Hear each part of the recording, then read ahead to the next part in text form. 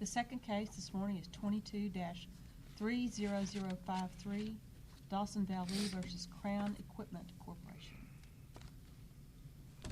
Mr. Warshauer, you pronounced that correctly, I hope? You did. May it please the court. My name is, as the court just pronounced, Michael Warshauer, and I represent the plaintiff. We start with the statute. The part relevant here is simple. A product is unreasonably dangerous in design if, at the time it left the manufacturer's control, there existed an alternative design that was capable of preventing the damage. Now, given the record in this case, the only way this judgment can be affirmed is for this court to agree that the district court can add words to this statute where none are needed and create public policy expanding the statute without a reason or a source. The district court expanded the Louisiana Product Liability Law Act in two ways. First, it required the plaintiff to choose one singular specific best design, to commit to one. Defendant agrees that the LPLA allows a plaintiff to offer as many alternatives as they like. So if the plaintiff's interpretation, and we believe this court's interpretation of the district court's order, was indeed to demand that the plaintiff choose one of the multitude of fully developed alternatives that are in the record, that alone demands reversal. Second, the district court required a level of specificity that is not in the statute. A level of specificity that is not found in Louisiana jurisprudence or even in the sources relied upon for the basis for the statute at issue. The district court, creating a discretionary moving goalpost, demanded drawing specifications in detail that are not in the statute or demanded by Louisiana's courts. Two rules relevant to deciding what this simple statute means should be considered. The first, we've been talking about the Supreme Court this morning, and I certainly don't in any way profess to be an expert on it, nor can I candidly admit that I've read this whole book. But two of my law partners have read the whole book, and they wanted me to share something with you. Justice Scalia writes as one of the most important canons in reading law, the interpretation of legal text, the following: nothing is to be added to what the text states or reasonably implies, casus omissus pro omisso habeas est. That is, a matter not covered is to be treated as not covered. The second interpretation rule is the Erie Doctrine. The interpretation and application of law for a case pending in the United States District Court by virtue of diversity jurisdiction should be the same as the state court would have done. In fact, in a matter involving this same statute, the Louisiana Product Liability Act, as recently as January of this year, this court, being unclear how the Louisiana Supreme Court would have interpreted the LPLA, certified a question to it. And so Seguin versus Remington Arms. Indeed, my co-counsel is on that case. In that order, the court noted, when deciding issues of state law, this court must consider how the state's highest court would decide those issues. This court is required, I quote, to follow the rule we believe the Louisiana Supreme Court would adopt. In making our Erie guess, we consider, among other sources, treatises, decisions from other jurisdictions, and indeed the majority rule. We may also consider Louisiana public policy interest if the rest doesn't solve that problem. Could I ask just a couple questions? Absolutely. If the court lets you look at, evaluated 3 designs, then how does that fit with it required you to have only one design? I don't think that it actually did that. Because when I look at the court's opinion, it's attractive to think the court did that. Well, it has the 3. I mean, it does, went through but them. I think that was merely to show that, look, here's all the designs the plaintiff identifies, still won't choose one. I think it was used to compare and contrast what we did, which was lots of alternatives, with what it wanted us to do. I can't help but look at the court's opinion. Specific single design appears in one phrase or another on page 4, 13, 15, 17, 19, 21, 22, 23, 24, 26, 27, and 29. Words matter. We learned that from Justice Scalia. We learned that from the rules of this court. Okay, assuming that the court should have let you have multiple options, and assuming we agree that the court should let you have multiple options, don't those multiple options still have to pass the risk-utility analysis? At least one of your multiple options has to pass the have information on risk-utility analysis under Louisiana law. Is that correct or not? Absolutely. Correct? Absolutely. Okay. Does one of yours pass risk-utility? Do you have evidence of that which should be able to get over the threshold on risk-utility analysis? Judge Elrod, it's not one, it's not two, it's not three. It's all of them, every single one of them. The Rule 26 reports in this case create a record that is simply not the record we see in the average product liability case. It's hundreds of pages of descriptions. It's hundreds, if not thousands of pages of references upon which the experts relied. It is photographs of the actual product we describe as a reasonable alternative. It is the use of the alternative design by the defendant in prior years. It is use of the alternative design by competitors at the present time. It is use of the alternative designs in the real world by users, including the Gap, Ford, etc. Counsel, Not only do we have... I'm sorry, I just want to pause you on that last point, because can we start with the door? Sure, I realize you want to talk about all three, but I was focused on the door. Anyone's enough to get reversal, Judge. So I read your two experts as sort of leading with the door, so let's talk about the door. I completely understand how the experts can point to pictures of other forklifts that have doors and say, well, look, that's economically reasonable because it's proof of the fact that you can make a door and put it on a forklift by the fact that other forklifts have doors. That makes perfect sense to me. But how can you say that the door would have averted this injury? Okay. Right, by just asserting the fact that other forklifts have doors. You see, like the way I read the statute, you have to do both, right? You do have to do both. So how do you do the second one, or All right, really the statute there's makes it the multiple first ways one? we can do this. Sure. One is, first off, all of these side stance forklifts are essentially identical. They are substantially similar. If this was an OSI that we commonly see in product liability cases, all of this would come in to some degree to support experts' opinions.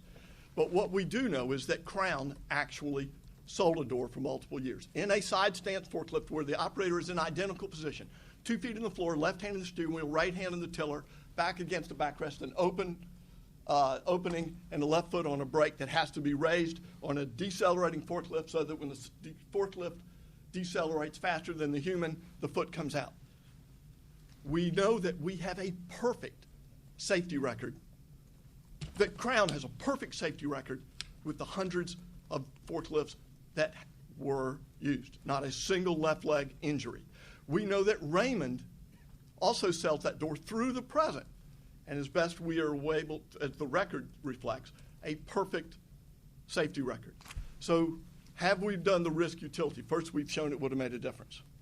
Second, we've shown that it does not materially affect the utility of the forklift. The primary utility of a forklift is to pick things up, carry them around, and put them back down. All that can be done with a door.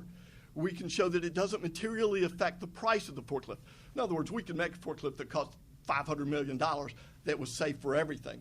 That wouldn't have any utility, of course.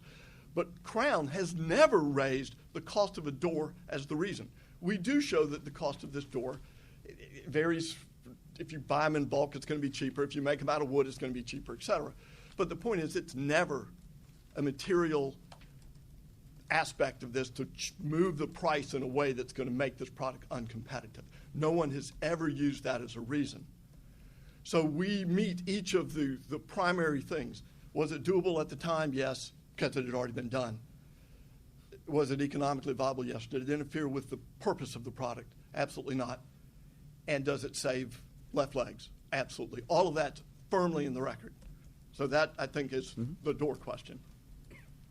Going back to how we interpret these statutes, we go back to what Louisiana Supreme Court says.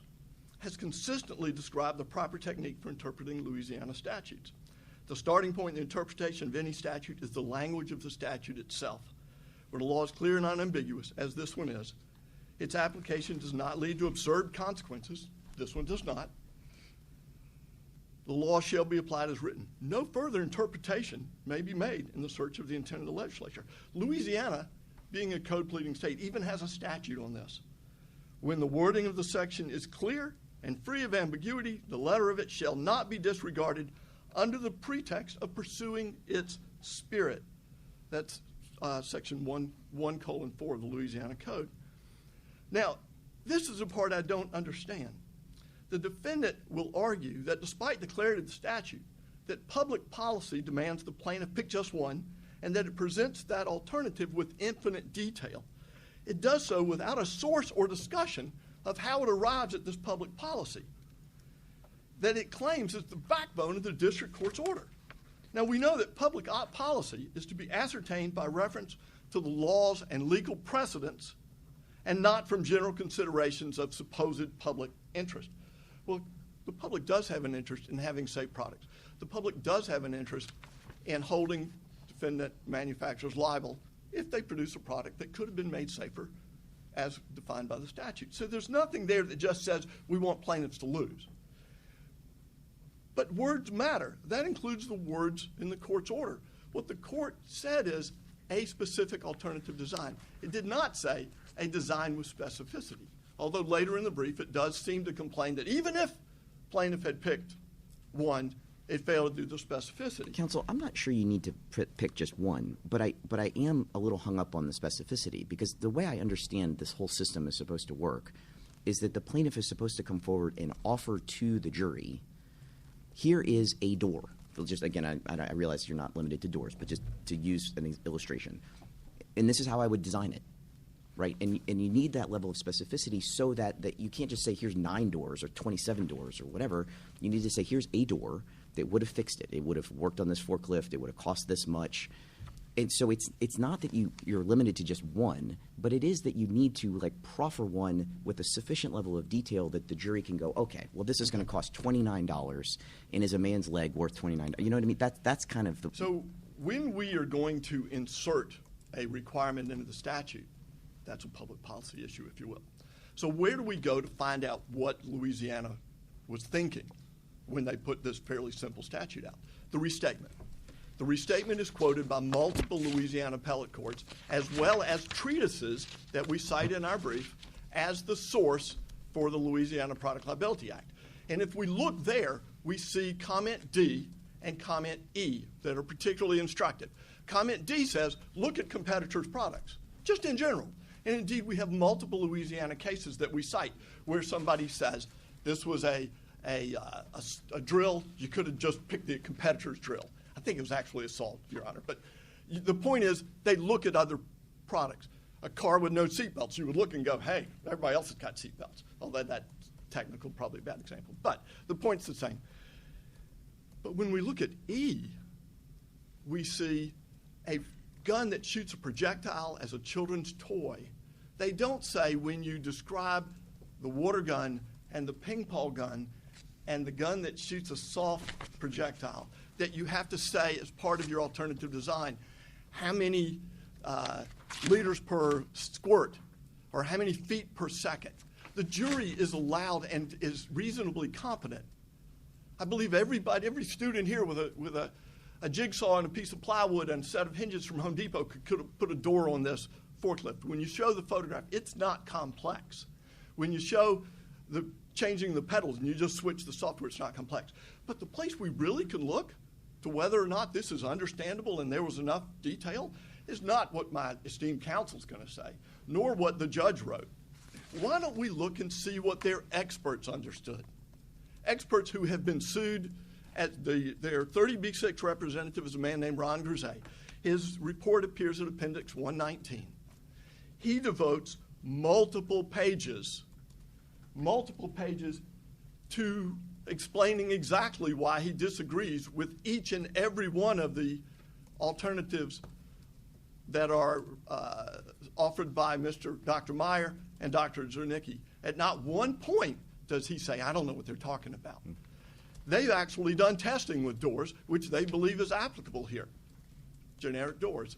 Nobody said, well, it had to be like the old Bill Cosby, make it 30 cubits by 50 cubits and fill it full of animals. What do you do with the Scyther case, though, which would tend to say that you need detailed technical drawings? Do you think that, I know it's not the highest court, so it's persuasive, not binding on us in Erie, but what do we do? Judge Elrod, that's a great question. The Scyther case is so distinguishable. And the reason is this. That was a motor vehicle that is regulated by the Federal Motor Vehicle Safety Act. You just can't say change a car without saying how it complies. That expert really never built anything. He just said put it on a different chassis. But when you look at the opinion, I encourage you to read the opinion. What that expert says is, oh yeah, it won't hold up this Winnebago thing. So his alternative wouldn't have worked.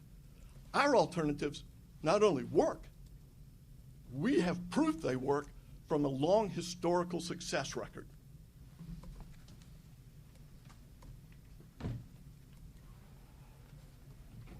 Mr. Urquhart. Good morning, Your Honors. Quentin F. Urquhart Jr. on behalf of Crown, the appellee in this matter. Let me begin by stating that Crown has not argued that there should be any insertion of a public policy argument into the statute at play here. Here, the plaintiff does not need to pick just one alternative design. We've never argued that the plaintiff has to pick a unique, distinct alternative design. The plaintiff could pick 10 alternative designs if he wants, but each of those must be sufficient to be evaluated under the Louisiana Products Liability Act. That's exactly what Judge Vance held. In this case, the record overwhelmingly shows that the plaintiff failed to produce sufficient evidence to meet his evidentiary burden under the LPLA. The LPLA requires more than simply the presentation of a generalized concept to meet the burden of proof under that statute. Rather, it requires that the claimant present a proposed alternative design that is set forth with a sufficient degree of specificity so that it can be evaluated under the statute. Here, none of the plaintiff's experts committed to any specific alternative design or designs. It doesn't have to be one. None of them would commit to any designs. As such, there was insufficient evidence to do an LPLA evaluation, and Judge Vance correctly dismissed this case on summary judgment.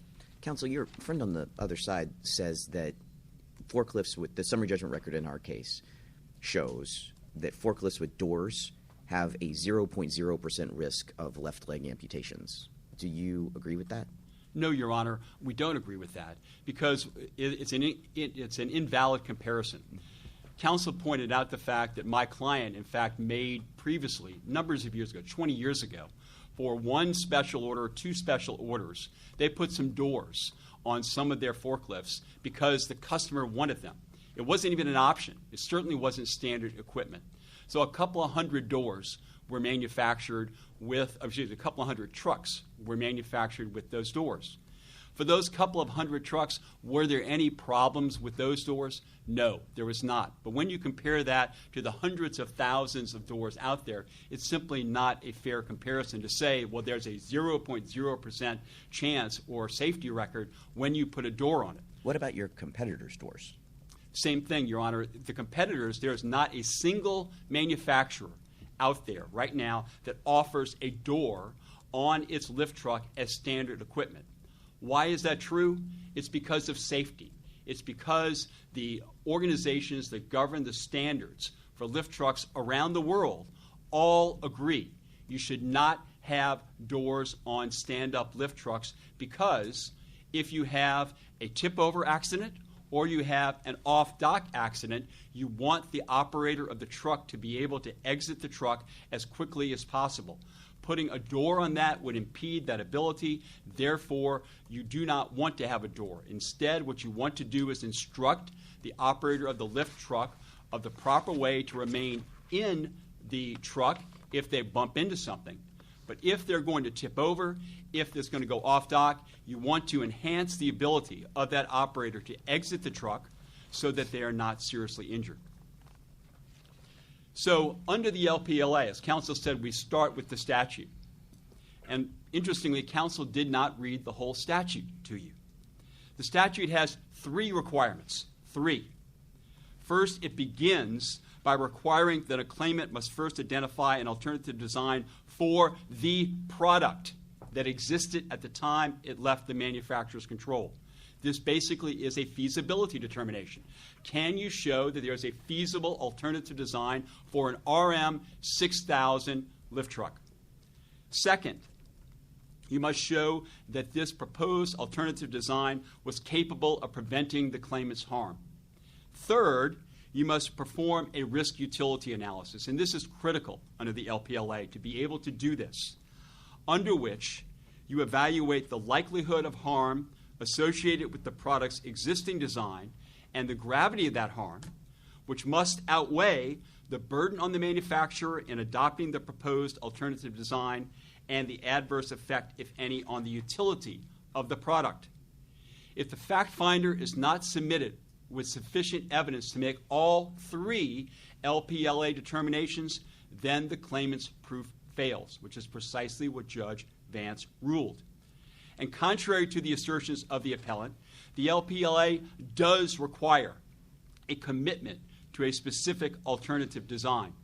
While the statute doesn't use the word, quote unquote, specific in its text, the district court correctly reasoned, quote, the LPLA clearly speaks in terms of a specific alternative design.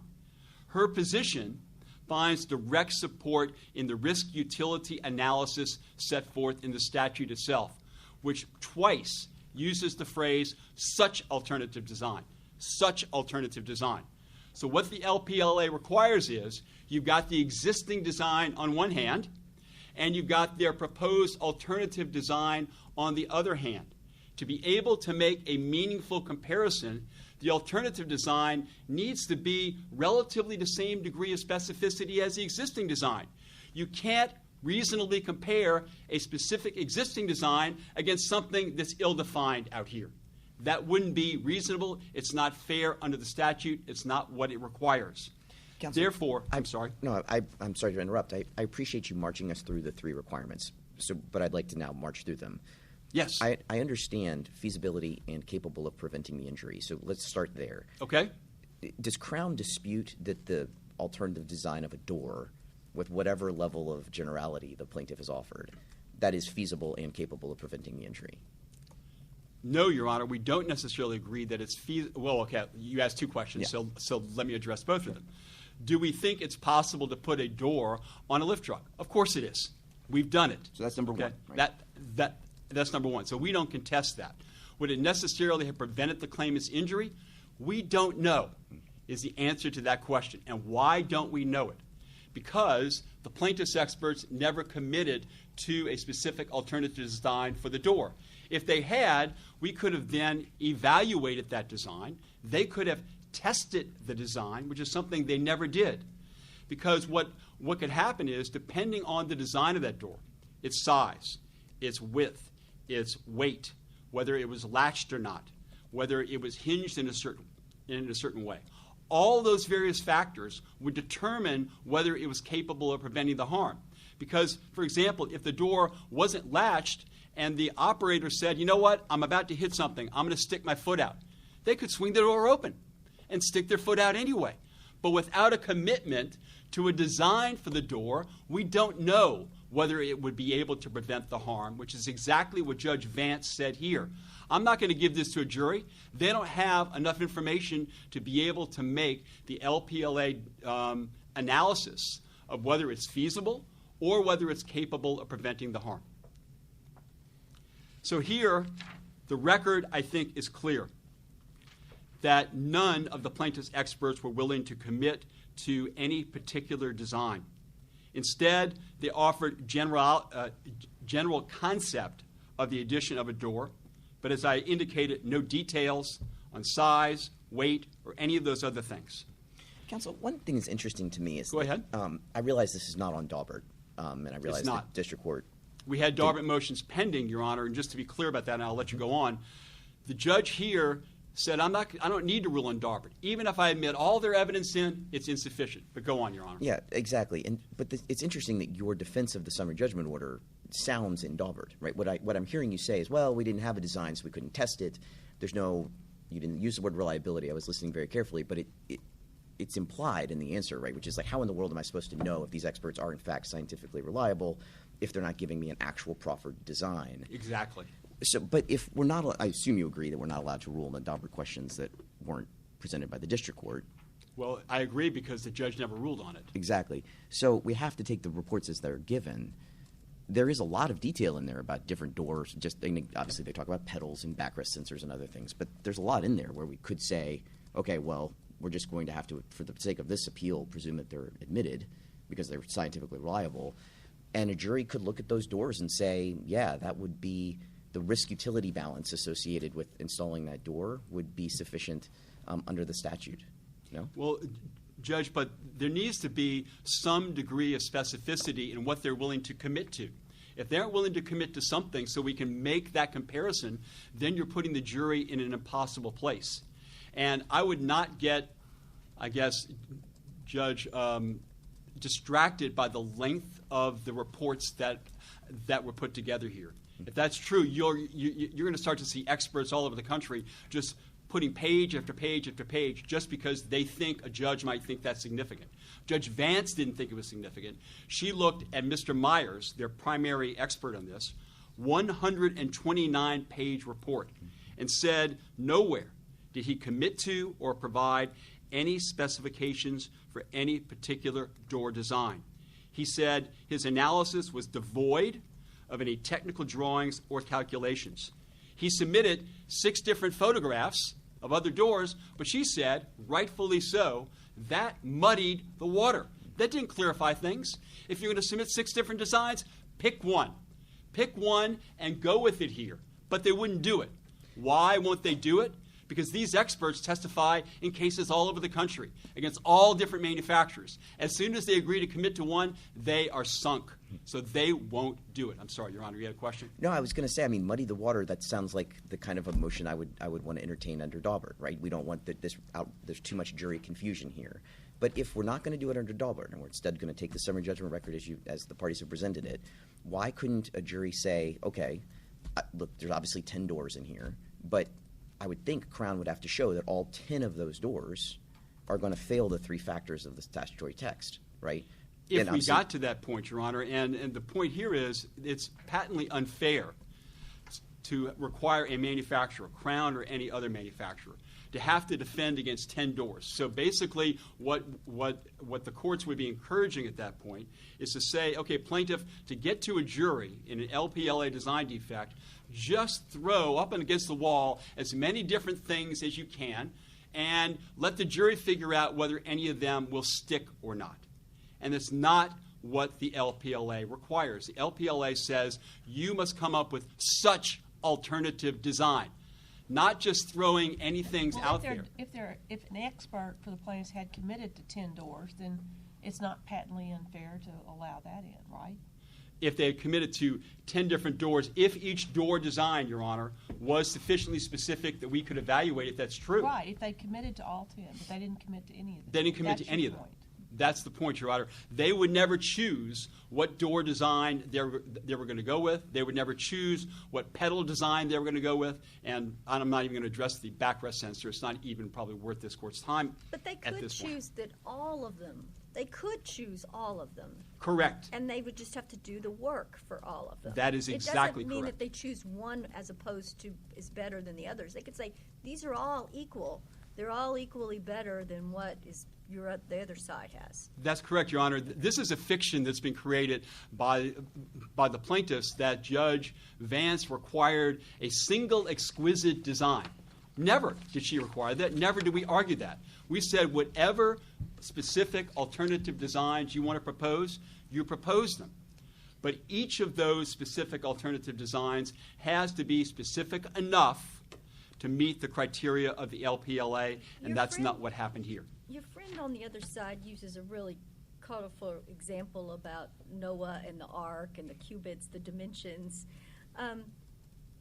Is that what this case actually comes down to? Is that the law does require you to show the dimensions of the ark, to actually have designs in order to win under this statute? No, Your Honor, this is a case of sufficiency, okay? It's not a black and white line.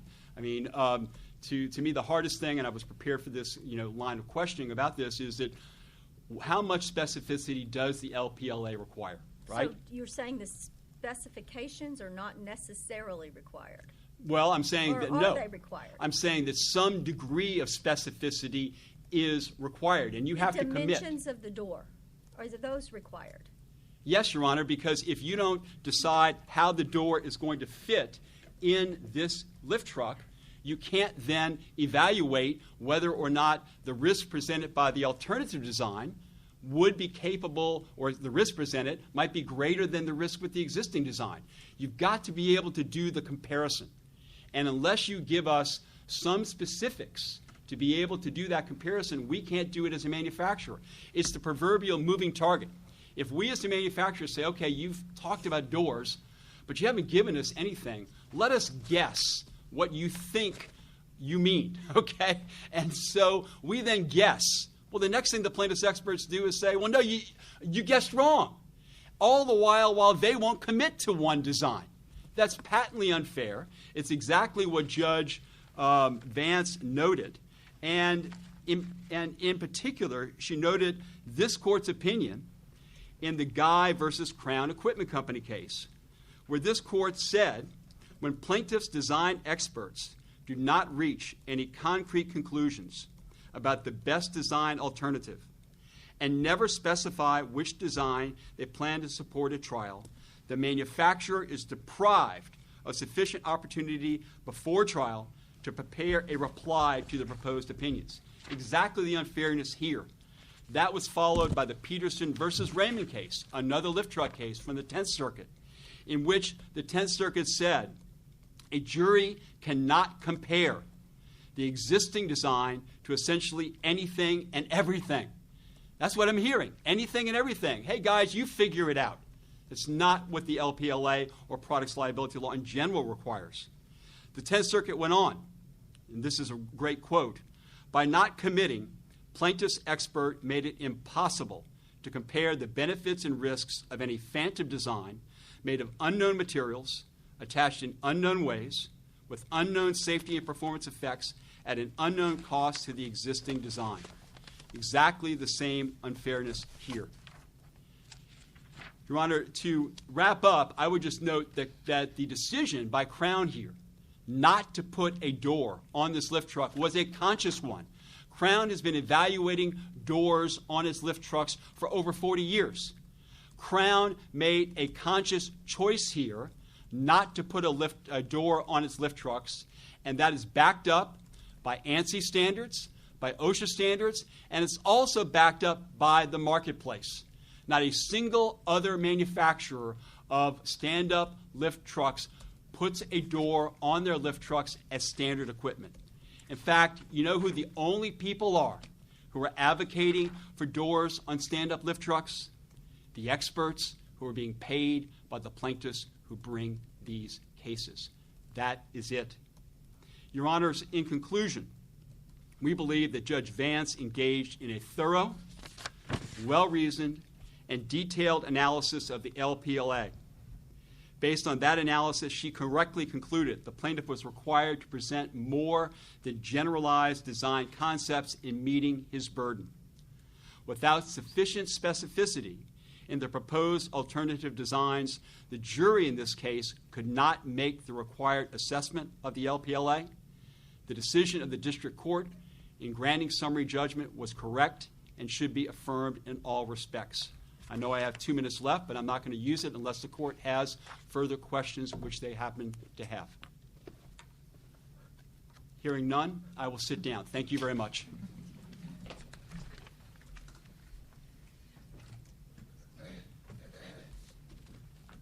He had a minute and 40 seconds. I'll be glad to take those from him. Well, don't think it works that way. Well, Judge, one never knows. Who are the advocates for a door? How about the 900 men and women of this country who have had serious left leg crush injuries using Crown side stance forklifts? I think they are the advocates for this change. You know, the entire asbestos industry and the entire cigarette industry at one time said their products were safe too. It doesn't make it right. The defendant's argument is the argument of someone, of an entity that is desperate. First it says, we're not arguing public policy, but yet on page 24 of its brief, significantly, there are important policy reasons. It says, Can you point to us in the record where one of the plaintiff's experts said, I say this design is a good alternative to design?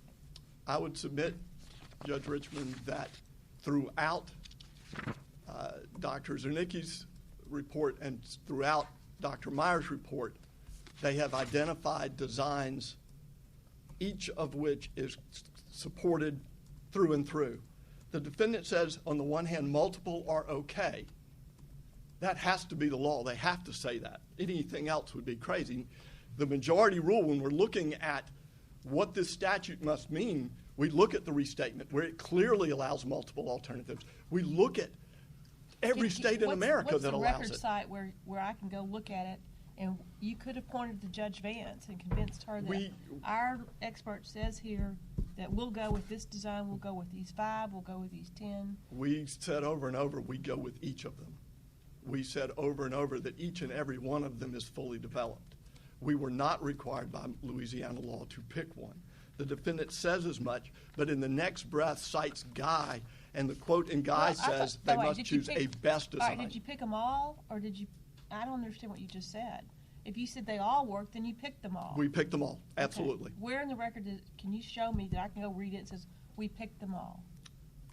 If we read Dr. Meyer's report, you will see that he says a door, regardless of its design, latched, unlatched, magnetically latched, interlocked, or spring loading, would have provided the essential attributes of the safety feature, which is a visible reminder, a tactile reminder, and a physical barrier. Each of those doors met that requirement. He describes how the Crown door had a history of perfection with respect to stopping this kind of injury. Do you have a particular citation to the report? In our brief, we do page and line over and over and over, Judge Elrod. Okay, I just was curious. I do believe that we have done that. In our brief, we actually incorporate pictures of the multiple doors that we say would have worked. Right. In our brief, we do the same with the pedal. In our brief, we do the same with the alternative, the forklift. In our brief, we describe the backrest. But they say it's unfair unless there's one design. They rely on Guy and Peterson in a misleading way. Judge Oldham, you pointed out this isn't a Daubert decision. Both of those, the evidence had been struck. The standard of review was abuse of discretion. The standard of review here is de novo. And what's critical about that is the defendant recognizes it's de novo and then discourages. There is no need to revisit the expert evidence presented by Vallee. In other words, hey, court, we know you have a de novo obligation here, but don't do it. Because if you do, you will find that everything the plaintiff says is a reasonable alternative. Counsel, do you agree that as part of the risk utility burden on the plaintiff, that you have to show, obviously, one, that the door would have prevented this injury, that's obvious, but two, that the door wouldn't have created other safety problems? We address every potential safety problem. You know, that's what they've done is make great jury arguments. We put up a case that off-docks don't happen very often. It's like the fellow who won't wear a seatbelt because he hurt his neighbor's friend, drove into a pond, and couldn't get out. Yeah, maybe seatbelts make it unsafe if that weird event happens. Off-docks are just as rare. At this particular location, they're not only rare, this was a custom-built product, which means we measure it as it was delivered